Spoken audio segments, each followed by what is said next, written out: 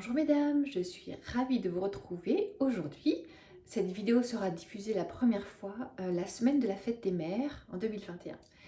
Je voudrais vous parler aujourd'hui d'un verset qui nous perturbe parfois, qui est surprenant, c'est sûr, et que je pense a été très souvent mal utilisé et mal compris. 1 Timothée 2,15 qui nous dit « La femme sera sauvée en étant mère », ça fait partie d'un contexte, etc. Et souvent, quand je rencontre une femme qui souffre de ne pas être maman, de ne pas avoir donné la vie, eh bien, cette interrogation revient de façon surprenante régulièrement ces temps-ci. Alors, je voudrais que nous en parlions ensemble.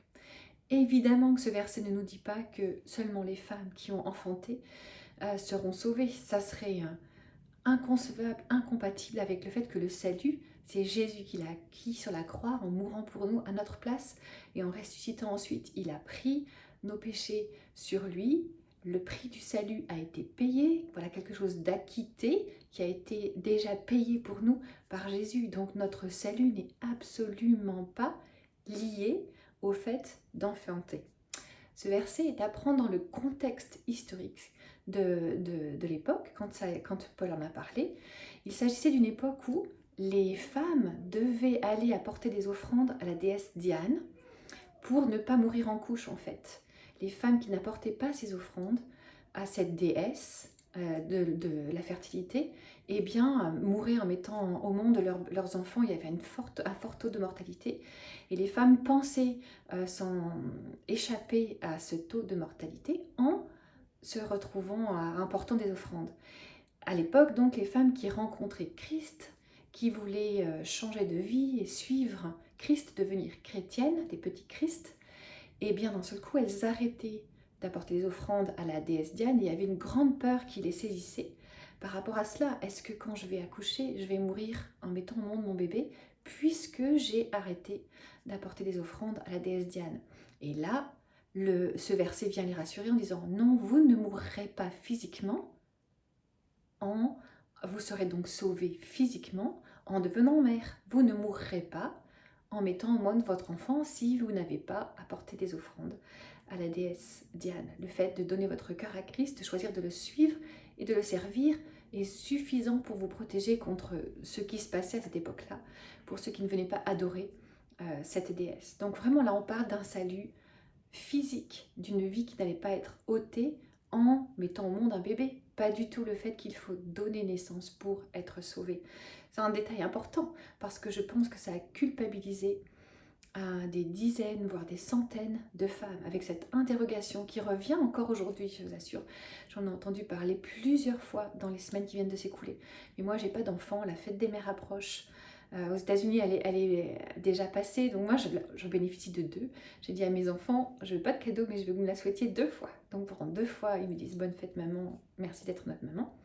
Et donc c'est déjà passé aux États-Unis, elle arrive en France, et cette semaine, la première fois que la vidéo va être diffusée. Ce dimanche, il y aura la fête des mères. Donc je voudrais apporter un baume sur le cœur des femmes qui ne sont pas mamans. On n'est pas moins femme quand on n'est pas maman. Ça fait partie des attributs de la femme, des avantages d'être femme, avec tous les inconvénients et les défis qui vont avec. Mais c'est vrai que c'est un des bonheurs d'être femme, mais celles qui n'ont pas eu le bonheur d'enfanter, ou d'adopter un enfant, ou d'adopter l'enfant d'un conjoint, ne sont pas moins femmes et ne sont pas moins sauvées.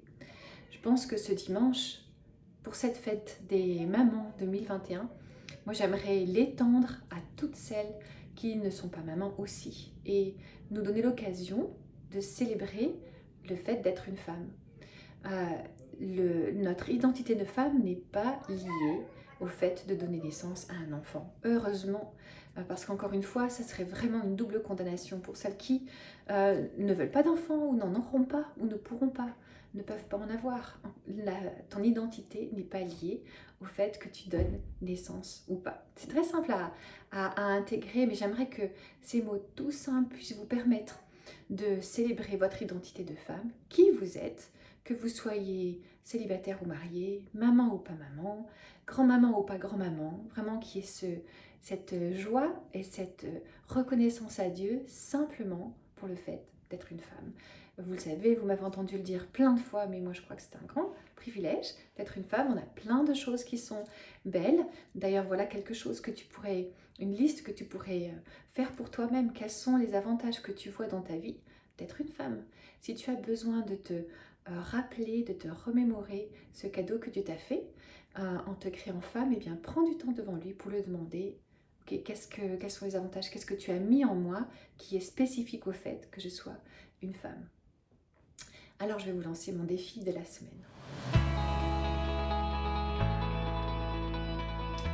J'aimerais en premier que vous célébriez la féminité en vous avec cette petite liste que je vous encourage à créer. Encore une fois, qu'elle intègre le fait d'être maman ou pas. La semaine de la fête des mères, sortons de ce cadre restrictif qui veut dire qu'une femme n'est complète que quand... Qui nous a dit pendant des années qu'une femme n'est complète que si elle est mère et que si elle gère tout ça parfaitement? Absolument pas. Donc célèbre la féminité en toi. Prends du temps, prends-toi une après-midi, prends-toi 1 heure seulement. Si tu n'as pas plus, fais un échange avec une amie pour garder les enfants comme on l'a souvent dit. Mais prends-toi du temps cette semaine ou la semaine prochaine pour célébrer le fait d'être une femme. Ça, c'est la première chose que je t'encourage à faire cette fois-ci. Et la deuxième chose que je t'encourage à faire, c'est célèbre ta maman. Si elle est encore là, eh bien, envoie-lui un petit mot, envoie-lui un petit geste, un petit cadeau si tu peux. Même si tu es fâché avec elle, je ne connais pas les situations, je ne veux pas parler de situations toxiques ici, mais même s'il y a de la distance avec elle, peut-être un petit mot pourra lui faire du bien. Si elle est déjà au ciel, eh bien, honore son souvenir, peut-être en parlant avec des frères, des sœurs, ton frère, ta sœur, tes enfants. C'est toujours important de garder le souvenir de ceux qui sont partis, vivants, en parlant d'eux. Et puis si toi-même tu es maman, eh bien prends du temps de remercier Dieu pour tes enfants. C'est une grande responsabilité que Dieu nous confie avec ces âmes que Dieu nous confie, qui sont nos enfants. Des fois, c'est plus ou moins facile selon la saison dans laquelle tu es par rapport à tes enfants dans ton rôle de maman, mais prends le temps de célébrer ce que tu as déjà accompli toi aussi en tant que maman. Et si tu n'es pas maman, eh bien, ou même pour toutes les femmes, prenez le temps de célébrer une femme qui n'est pas maman autour de vous, pour qui elle est. Peut-être décroche ton téléphone, encourage ton amie, ta voisine, ta collègue de bureau, quelqu'un que tu mettras sur ton cœur qui va passer cette fête des mères, peut-être dans la tristesse, et bien encourage-la en la remerciant pour qui elle est en tant que femme. Voilà, donc aujourd'hui, je voudrais nous encourager à célébrer la femme qui est en toi et la femme qui est autour de toi, dans tes amis, que tu sois maman ou pas.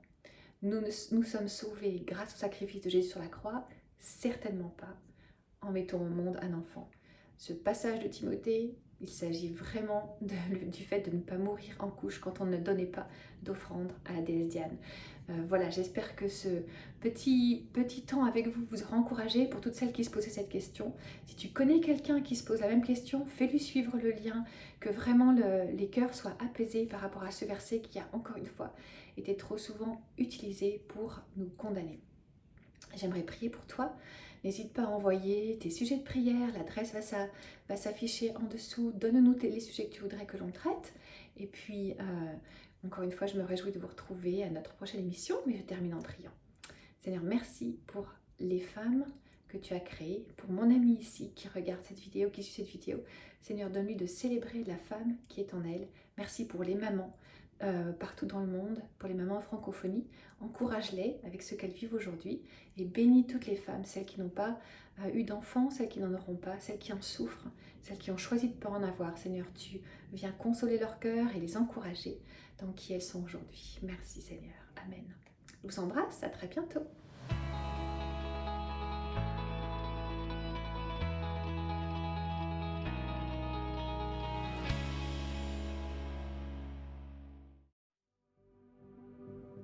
Chers amis, depuis le mois de mars, l'Église MLK a mobilisé tous ses moyens humains, techniques et financiers pour vous offrir chez vous des messages et des émissions de qualité.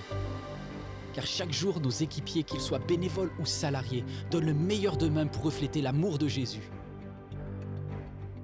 La mission que Dieu a confiée à l'Église MLK consiste à communiquer son amour à vos enfants, à vos ados, à vos amis, à vos proches, à tous ceux qui décrochent de nos églises plus traditionnelles.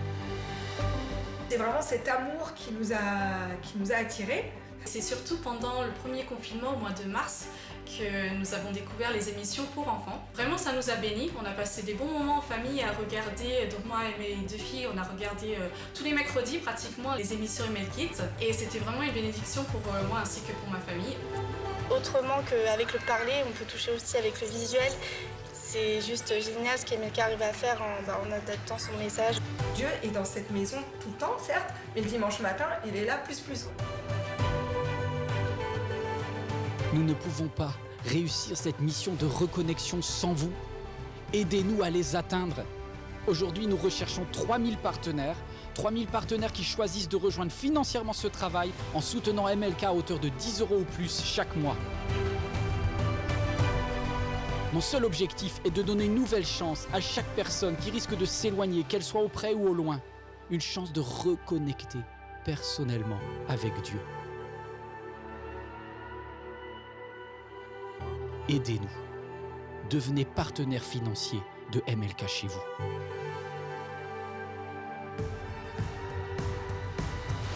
La production MLK a besoin de fonds. Voilà, je me dis pourquoi pas semer, parce qu'on a été bénis. Devenir partenaire pour moi, c'est faire ma part pour que ça bénisse d'autres personnes qui, à un moment donné, auraient peut-être aussi besoin de ce message, de ces messages, à tout moment. Ça me paraît naturel d'aider cette église à continuer à diffuser le message et à étendre le royaume de Dieu.